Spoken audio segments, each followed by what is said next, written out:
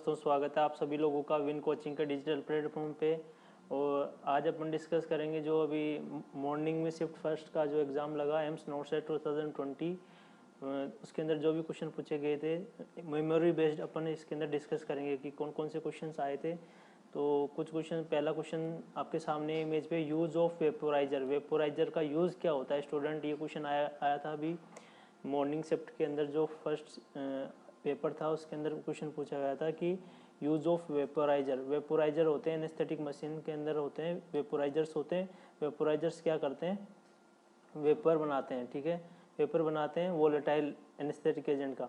तो इसमें आंसर रहेगा, answer for deliver A given concentration of A volatile anaesthetic agent, ठीक है, क्लियर है। ये मेमोरी बेस्ड है, इससे आपको एक आइडिया लगता है कि किस टाइप के क्वेश्चंस पूछे गए थे स्टूडेंट। इसमें ये येलो कलर का है, ये वाला, ये येलो कलर का, ये एयर के काम आता है, एयर को कंट्रोल करने के काम आता है एयर, ठीक है। ये येलो कलर का नोब है।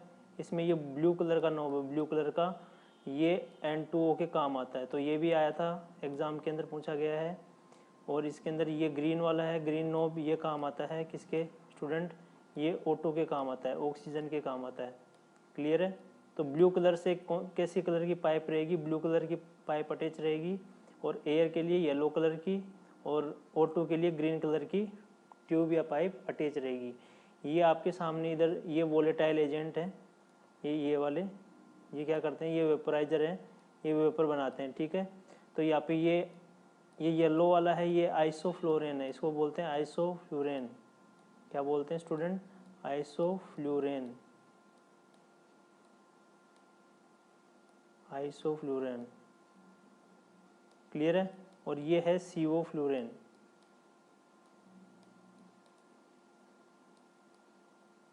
सॉरी आपके सामने ये ब्लू वाला तो है आपका आइसोफ्लोरेन, और येलो वाला है आपका सीओफ्लोरेन। सीओफ्लोरेन किस में यूज़ करते हैं, बच्चों के अंदर यूज़ करते हैं बेसिकली, ठीक है। सीओफ्लोरेन क्या है, कौन सा है, ये येलो वाला सीओफ्लोरेन है, और ब्लू वाला कौन सा है, आइसोफ्लोरेन। तो ये आपके सामने एनेस्थेटिक मशीन के जो कलर कोडिंग होते हैं, इनके रिगार्डिंग क्वेश्चंस पूछे जाते हैं students. Next question, second question की बात करते हैं। आइडेंटिफाई शोन इमेज, आपके सामने इमेज है, इसको आपको आइडेंटिफाई करना है। तो इसमें देखो, ये इस तरह से एक कर्व है, ठीक है, ये है 12 नंबर का, ये सॉरी ये कितने कौन से नंबर का है, ये 12 नंबर का है, ठीक है, 12 नंबर का सर्जिकल ब्लेड है, 11 नहीं है, ये 12 नंबर का सर्जिकल ब्लेड है students, 12 number surgical blade, correct. यदि ये 11 नंबर का होता तो कुछ इस तरह से होता, ठीक है, आगे से स्टेब होता, तीखा होता है, स्टेब ब्लेड होती है, ठीक है, एकदम शार्प पॉइंटेड होता है, पॉइंटेड पार्ट होता है, ये होती है 11 नंबर की, ठीक है। इसमें थोड़ा सा कर्व्ड है, तो ये है 12 नंबर सर्जिकल ब्लेड, क्लियर है स्टूडेंट। नेक्स्ट बात करें, 12 नंबर ये सर्जिकल ब्लेड किसके काम आती है, सुचर रिमूवल के काम आती है बेसिकली। और 11 नंबर की जो सर्जिकल ब्लेड है, ये वुंड ड्रेनेज के लिए पर्पज़ के लिए यूज़ होती है। नेक्स्ट आपके सामने इमेज बेस्ड क्वेश्चन पूछा गया था, आइडेंटिफाई इमेज। तो ये किसका इमेज है स्टूडेंट, ये ऑटोक्लेव का इमेज है। ऑटोक्लेव से हर एग्जाम में क्वेश्चन आता है, पुटअप होता है। ऑटोक्लेव क्या बेस्ट मेथड है स्टरलाइजेशन का, क्या है, बेस्ट मेथड है ये स्टरलाइजेशन का, और ये एग्जाम में आता ही आता है, क्योंकि हॉस्पिटल में सभी इक्विपमेंट्स को क्या किया जाता है, स्टरलाइज किया जाता है, तो वो उस ऑटोक्लेव की सहायता से बेस्ट है। ये किसने इन्वेंट किया, चार्ल्स चैम्बरलैंड। ये भी क्वेश्चन आ चुका है प्रीवियस एग्जाम में, चार्ल्स चैम्बरलैंड, चार्ल्स चैम्बरलैंड ने इसका क्या किया, इन्वेंटर है चार्ल्स चैम्बरलैंड, और ये बेस्ट मेथड है ऑटोक्लेविंग का, ठीक है। ये ऑटोक्लेव स्टरलाइजेशन का बेस्ट मेथड। स्टरलाइजेशन में क्या होता है स्टूडेंट्स, जो स्पोर्स के साथ माइक्रोबैक्टीरिया, वो जो भी बैक्टीरियाज होते हैं उनको किल कर दिया जाता है इसके द्वारा। तो इस विद स्पोर्स के साथ, तो उसे बोलते हैं स्टरलाइजेशन। यदि विदाउट स्पोर्स बोलेंगे तो उसको बोलेंगे डिसइंफेक्टेंट। क्या बोलेंगे, डिसइंफेक्टेंट, क्लियर है। नेक्स्ट बात करते हैं, फोर्थ नंबर क्वेश्चन है, ये क्वेश्चन पूछा गया, आइडेंटिफाई शोन इमेज। ये इमेज किसका दिया गया है, आइडेंटिफाई शोन इमेज। तो ये इमेज है आपके सामने, राइट ओसिपिटो एंटीरियर पोजीशन, कौन सा है, राइट ओसिपिटो एंटीरियर पोजीशन। नेक्स्ट है फिफ्थ नंबर का क्वेश्चन है, आइडेंटिफाई शोन इमेज। ये इमेज किसका है, इसमें देखो चॉकलेट कलर का है, ये ओवरीज है, और ये इसके अंदर सिस्ट बन गया, तो इसका नाम दे दिया chocolate ovarian cyst. Chocolate ovarian cyst इसका नाम है इस इमेज का। नेक्स्ट है आइडेंटिफाई शोन इमेज। ये इमेज किसका है स्टूडेंट दोस्त? ये है चिटल फोरसेप। ये चिटल फोरसेप है, क्रोकोडाइल फोरसेप जिसको बोलते हैं, चिटल फोरसेप। ये क्या करती हैं, जो स्ट्राइल इक्विपमेंट्स हैं उसको ट्रांसफ़र करने के काम में आता है। स्ट्राइल इंस्ट्रूमेंट होते हैं, उसको पिकअप करने के पर्पज से इसको यूज़ किया जाता है चिटल फोरसेप। Clear student? नेक्स्ट बात करते हैं क्वेश्चन नंबर 7 की। ये ब्रेन और फेस का सीटी स्कैन से रिलेटेड क्वेश्चन था, ठीक है, इमेज बेस्ड क्वेश्चन था, ब्रेन और सीटी स्कैन। उसके अंदर डिफरेंस पूछा गया था। तो ब्रेन और सीटी स्कैन, ब्रेन और फेस का ये सीटी स्कैन है। सीटी की फुल फॉर्म क्या होती है? Computed tomography. तो ये क्वेश्चन आया था एग्जाम के अंदर इसी से रिलेटेड। नेक्स्ट है tenderness at McBurney point seen in. कौन सी कंडीशन के अंदर टेंडरनेस देखने को मिलती है? कौन सी कंडीशन के अंदर देखने को मिलती है? मैकबर्नी पॉइंट पे। ये स्टूडेंट ये मैकबर्नी पॉइंट है, ये 2/3 पार्ट इधर से अम्बलाइकल की तरफ से और 1/3 पार्ट ये वाला, इन दोनों के बीच का जो पॉइंट है इसको बोलते हैं मैकबर्नी पॉइंट। तो यहाँ पे टेंडरनेस देखने को मिलती है कौन सी कंडीशन में? अपेंडिसाइटिस। कौन सी कंडीशन में? अपेंडिसाइटिस। अपेंडिसाइटिस मीन्स अपेंडिक्स का इन्फ्लामेशन होना। और स्टूडेंट्स अपेंडिसाइटिस से हर एम्स में, हर बार जब भी एम्स का एग्जाम लगा है, एम्स दिल्ली का, तो हर बार इससे रिलेटेड क्वेश्चन पूछा ही गया है। नेक्स्ट बात करते हैं क्वेश्चन नंबर 9 की। 9th क्वेश्चन नंबर क्या कह रहा है कि depth of chest compression. CPR से भी हर बार क्वेश्चन आता है, उसी तरह पूछा गया है कि चिल्ड्रन के अंदर कितना चेस्ट कंप्रेशन करना है, डेप्थ कितनी होनी चाहिए? 4 सेंटीमीटर। कितनी होनी चाहिए? 4 सेंटीमीटर। यदि एडल्ट होता, एडल्ट की बात करें तो यहाँ पे होता आपका राइट आंसर 5 सेंटीमीटर। कितना होता? 5 सेंटीमीटर। एडल्ट के अंदर 5 सेंटीमीटर। क्लियर है? और यहाँ पे है syringe use in ABG. ABG arterial blood gas analysis के लिए कौन सी सिरिंज यूज की जाती है? तो हेपेरिनाइज सिरिंज यूज की जाती है। कैसी? हेपेरिनाइज सिरिंज। हेपेरिन क्या होता है? ये नेचुरल एंटीकोगुलेंट है, खून का थक्का नहीं जमने देता, ठीक है, हेपेरिन। हेपेरिनाइज सिरिंज यूज करेंगे एबीजी एनालिसिस के, क्योंकि यदि क्लॉट बन जाएगा तो आर्टेरियल ब्लड गैस का एनालिसिस अच्छे से नहीं हो पाएगा, इसलिए हेपेरिनाइज जो ग्रीन कलर की होती है सिरिंज उसको यूज किया जाता है, हेपेरिनाइज सिरिंज को। नेक्स्ट है क्वेश्चन नंबर 11 पूछा गया था side of tibial artery. Tibial artery के लिए पल्स चेक करते हैं टीबियल आर्टरी के यहाँ से, तो कहाँ पे कौन सी साइट है? इमेज बेस्ड क्वेश्चन पूछा गया था, तो यहाँ ये साइट है, ये टीबियल आर्टरी की साइट है, एंटीरियर और पोस्टीरियर। क्लियर है? नेक्स्ट बात करते हैं blue colour tube. Blue colour की जो ट्यूब है, blue colour tube in anaesthesia machine use for, किसके लिए यूज की जाती है? देखो ये वाली, ये जो ट्यूब है ब्लू कलर की, दिस वन इज ब्लू। तो ब्लू के लिए कौन सी? ये ब्लू पाइप इससे कनेक्ट होता है, ठीक है, इस नोब के यहाँ से इसका कंट्रोल होता है ब्लू पाइप का। तो क्लियर है? तो ये ब्लू पाइप कहाँ से? Cylinder O2 NO2 nitrous oxide. किसके लिए स्टूडेंट? Nitrous oxide. ये आपका राइट आंसर है, नाइट्रस ऑक्साइड। तो नाइट्रस ऑक्साइड। और येलो किसके लिए? एयर के लिए। किसके लिए? एयर के लिए। और ये ग्रीन किसके लिए? O2 के लिए। क्लियर है स्टूडेंट? एयर, O2 और N2 नाइट्रस ऑक्साइड। तो ये भी क्वेश्चन पूछा गया था। नेक्स्ट है आइडेंटिफाई शोन इमेज। ये जो दर्शाएगी इमेज है ये किसका है? ये इसको पेंसिल भी बोलते हैं, मोनोपोलर कोटरी। कैसी है ये? मोनोपोलर कोटरी। एक बाईपोलर कोटरी होती है जिसमें इस तरह से होता है, ठीक है, 2 पोल होते हैं बाईपोलर कोटरी में। ये है मोनोपोलर जिसमें सिंपल है, इसमें 2 बटन होते हैं, येलो और ब्लू। येलो किसके काम आता है? ब्लू किसके काम आता है? ब्लू वाला कोगुलेशन के काम में आता है स्टूडेंट, कोएगुलेशन के काम में आता है, कोगुलेट करने के काम आता है। ये येलो है, ये कट के काम आता है, कटिंग के लिए, टिश्यूज़ को कट करने के काम आता है येलो, और कोगुलेट करने के काम आता है ब्लू कलर का बटन। तो ये मोनोपोलर कोटरी है। नेक्स्ट है क्वेश्चन नंबर 14 आपके सामने स्क्रीन पे है कि पेप स्मेयर किसके लिए किया जाता है? किसके लिए किया जाता है दोस्तों? सर्वाइकल कैंसर के लिए किया जाता है पेप स्मेयर। तो एरीज स्पेटुला आपने पढ़ा होगा, एरीज स्पेटुला है ये। तो एरीज स्पेटुला होता है वो इंस्ट्रूमेंट है, इसके पेप स्मेयर में काम आता है। तो सर्वाइकल कैंसर के लिए पेप स्मेयर किया जाता है। पेप स्मेयर किसके लिए किया जाता है? सर्वाइकल कैंसर के लिए। नेक्स्ट है फर्स्ट डिस्कवर वैक्सीन, सबसे पहले वैक्सीन कौन सी खोजी गई थी, तो स्मॉल पॉक्स खोजी थी। और किसने इसको डिस्कवर किया स्टूडेंट, लुईस पास्चर। किसने, लुईस पास्चर ने इसको डिस्कवर किया था। ठीक है, सबसे पहले वैक्सीन लुईस पास्चर। ये तो किसने किया, सॉरी स्मॉल पॉक्स किसने किया, एडवर्ड जेनर ने, not a Louis Pasteur, Edward Jenner ने क्या किया, एडवर्ड जेनर ने स्मॉल पॉक्स का वैक्सीन बनाया और इन्होंने टर्म वैक्सीनेशन दिया। एक वैक्सीनेशन टर्म यूज करते हैं, वैक्सीनेशन। तो वैक्सीनेशन टर्म किसने कॉइंड किया, ये क्वेश्चन भी आ सकता है। तो किसने, एडवर्ड जेनर ने। और वैक्सीन टर्म किसने दिया था, वो दिया था लुईस पास्चर ने। तो स्मॉल पॉक्स सबसे पहले जो वैक्सीन बनी थी स्मॉल पॉक्स बनी थी। और ये एक लाइव है, ठीक है, वायरल है, और एडवर्ड जेनर ने इसका डिस्कवर किया था। तो नेक्स्ट क्वेश्चन है 16, आइडेंटिफाई शोन इंस्ट्रूमेंट। इस पिक में दिखाया गया ये इंस्ट्रूमेंट ये किसका है, तो ये फ्यूमिगेशन मशीन है। ओटी के अंदर इसको यूज़ किया जाता है मोस्टली फ्यूमिगेट करने के लिए।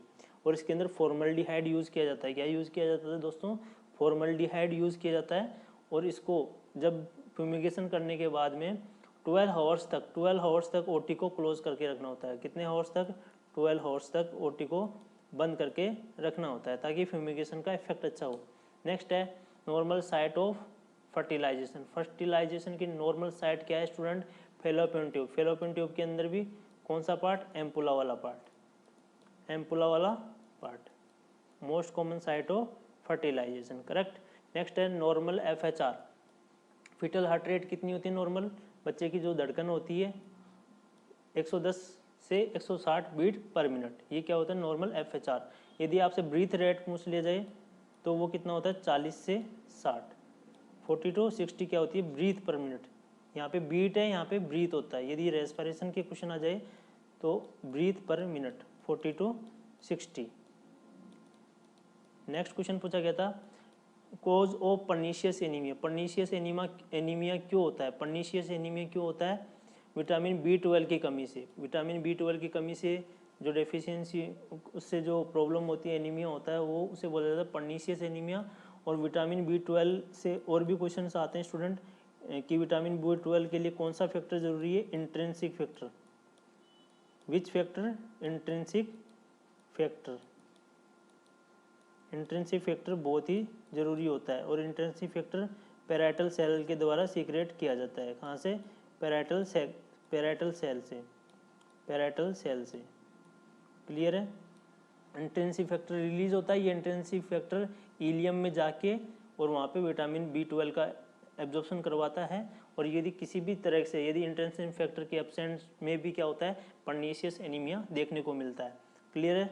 नेक्स्ट बात करते हैं अपन नॉर्मल CVP रेंज। क्वेश्चन पूछा गया था नॉर्मल CVP रेंज का कि सेंट्रल वीनस प्रेशर कितना होता है नॉर्मल 3 to 8 mmHg, कितना होता है 3 to 8 mmHg। दोस्तों IOP कितना है नॉर्मल, IOP ये क्वेश्चन भी आता है काफ़ी बार एग्जाम्स के अंदर, तो 8 to 21 mmHg, ठीक है। जो प्रेशर होते हैं स्टूडेंट वो हमेशा किस में नापते हैं, mmHg में, ये IOP है। और आपसे क्वेश्चन पूछ लिया जाए ICP का क्वेश्चन आता है, ये क्वेश्चन आते हैं स्टूडेंट, CVP, ICP, IOP, तो 5 से 15 mmHg क्या होता है ICP, क्लियर है। नेक्स्ट बात करें गूगल CEO कौन है, गूगल के चीफ एग्जीक्यूटिव ऑफिसर कौन है, सुंदर पिचई कौन है गूगल के CEO, ये जीके का क्वेश्चन आया था। नेक्स्ट क्वेश्चन नंबर 21 है आपके सामने, founder of red cross society है, उसके फाउंडर कौन थे, हेनरी डुनेंट कौन थे, रेड क्रॉस सोसाइटी के फाउंडर, क्लियर है दोस्तों। ये भी क्वेश्चन पहले पुटअप हो चुका है। नेक्स्ट है डिजॉक्सिन टॉक्सिसिटी के रिगार्डिंग, डिजॉक्सिन इसका एंटीडोट होता है डिगिवेंड। और डिजॉक्सिन क्या करती है, कॉन्ट्रैक्शन करवाती है हार्ट का, जब हार्ट फेलियर वाली कंडीशन में इसको अपन प्रिस्क्राइब करते हैं। और इसके साइड इफेक्ट टॉक्सिसिटी से रिलेटेड क्वेश्चन आए हैं, तो हाइपोकैलेमिया, पोटेशियम कम हो जाता है, पोटेशियम का लेवल बिलो 3.5, और एनोरेक्सिया, नोजिया, वोमिटिंग, क्योंकि ये क्या करती है कीमो रिसेप्टर ट्रिगर जोन है जो आपका मेडुला ऑब्लिंगेटा के अंदर है, उसको ये क्या करती है, इरिटेट करती है। इस वजह से डिजॉक्सिन टॉक्सिसिटी में देखने को मिलता है एक तो हाइपोकैलेमिया और एनोरेक्सिया, नोजिया, वोमिटिंग देखने को मिलता है। नेक्स्ट है ये क्वेश्चन आया था, ऑप्शन के अंदर हाइपोकैलेमिया था, तो hypokalemia right answer. Antidote of hyperkalaemia, hyperkalaemia का एंटीडोट क्या है, वहाँ पे ऑप्शन के according insulin and dextrose 5% right answer.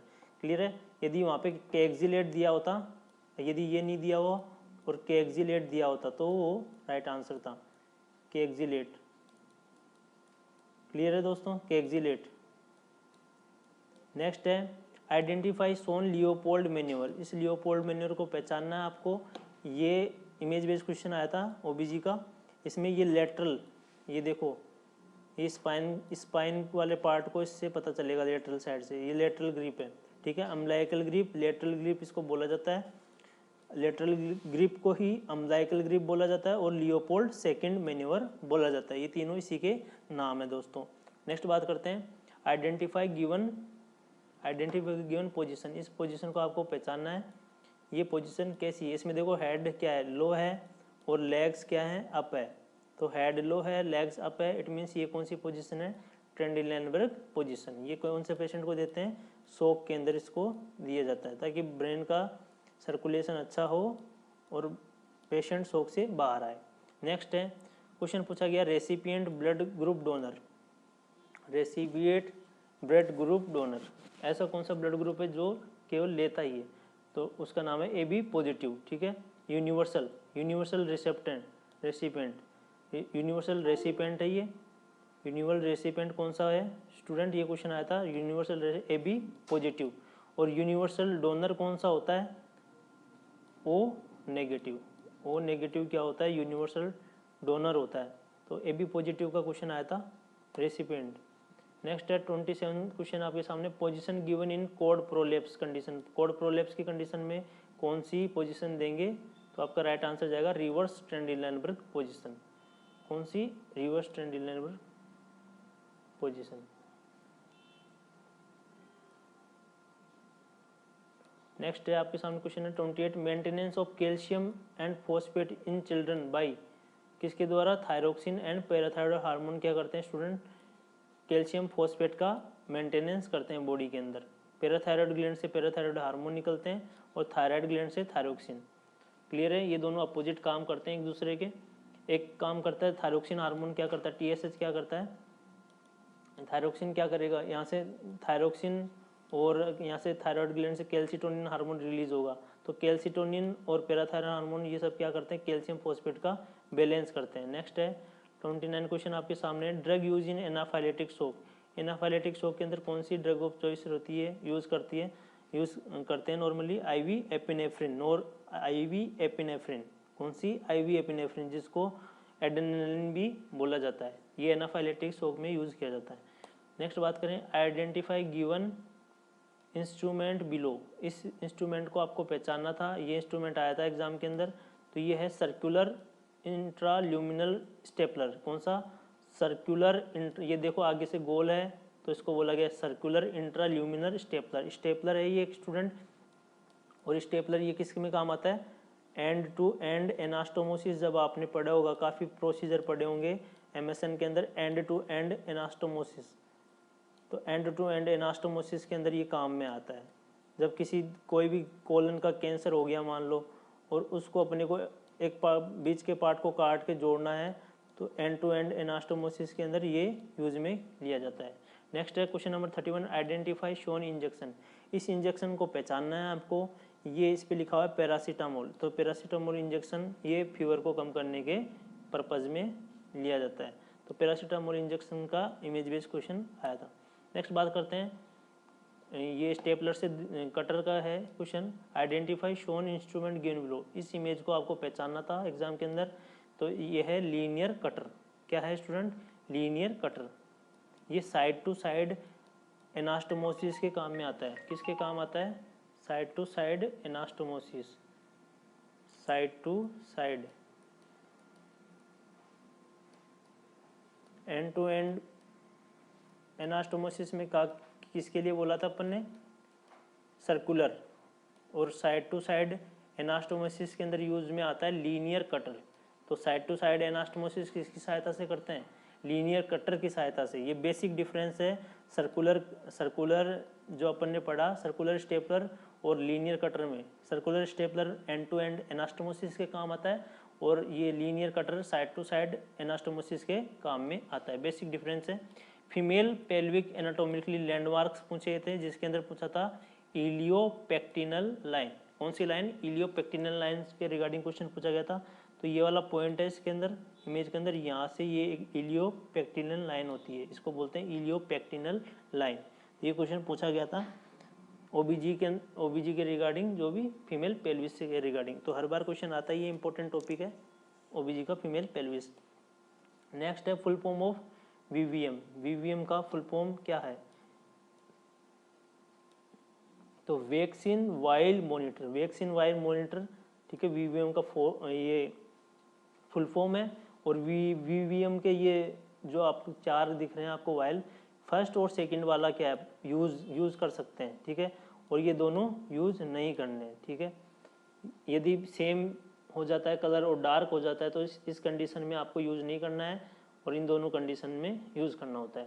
Next है 35 क्वेश्चन है आपके सामने। आयन रिस्पॉन्सिबल फॉर डीपोलराइजेशन, ठीक है, जो डीपोलराइजेशन रीपोलराइजेशन होता है, जिस वजह से एक्टिविटी होती है आपकी न्यूरॉन्स के अंदर एक्टिविटी देखने को मिलती है, डीपोलराइजेशन रीपोलराइजेशन। तो डीपोलराइजेशन के लिए कौन सा आयन रेस्पॉन्सिबल है? Mainly sodium. सोडियम क्या है? मोस्टली जो एक्स्ट्रा सेलुलर कैटायन है वो कौन सा होता है? सोडियम होता है। सोडियम के साथ क्लोराइड होता है, एनाइन। एनाइन कौन सा होता है? सोडियम के साथ क्लोराइड होता है। नेक्स्ट क्वेश्चन है आपके सामने इमेज में 36 का क्वेश्चन है, destruction of RBC scene in. कौन सी कंडीशन के अंदर आरबीसी का डिस्ट्रक्शन देखा जाता है? तो ग्लूकोज 6 फॉस्फेट डिहाइड्रोजनेज एंजाइम की कमी से क्या देखने को मिलता है? आरबीसी का डिस्ट्रक्शन। क्योंकि ये क्या करती है? आरबीसी को प्रोटेक्ट करने का काम करती है। क्या काम करती है? G6PD, ये एक एंजाइम है। क्या है? G6PD एक एंजाइम है जो कि आरबीसी को प्रोटेक्ट करने का काम करता है।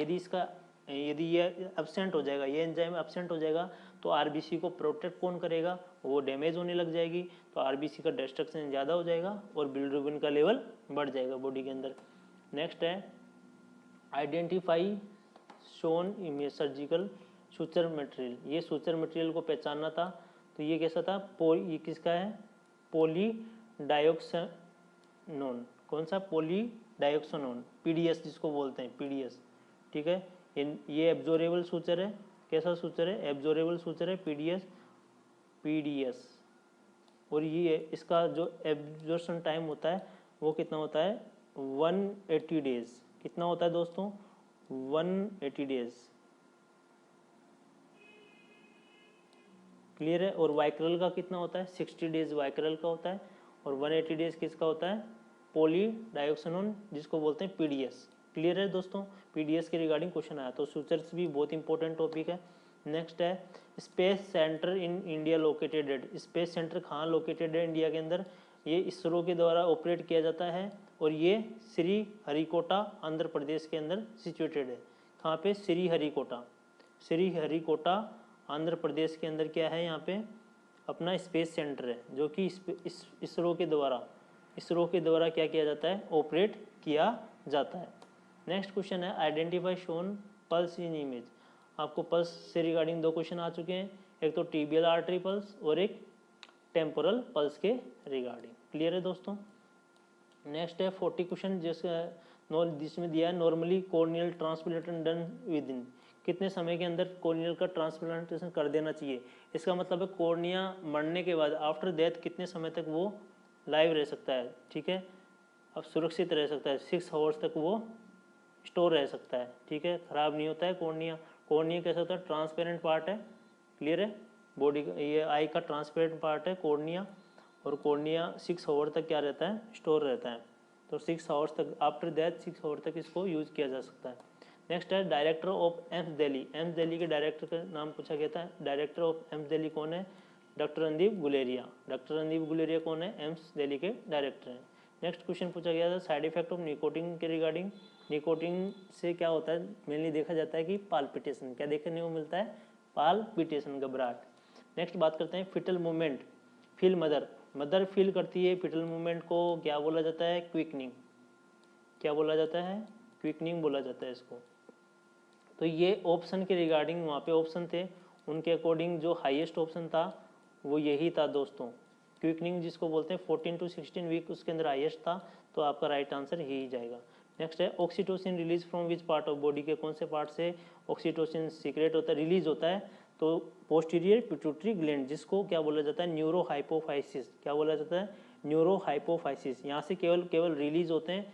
और ये ऑक्सीटोसिन बनता कहाँ पे है वैसे, बेसिकली हाइपोथैलेमस के अंदर, हाइपोथैलेमस के कौन से न्यूक्लियस से, पैरावेंट्रिकुलर न्यूक्लियस से ऑक्सीटोसिन बनता है, फिर वो वहाँ से ट्रांसपोर्ट होता है किसमें, पोस्टीरियर पिट्यूटरी ग्लैंड, जिसे न्यूरो हाइपोफाइसिस बोला गया।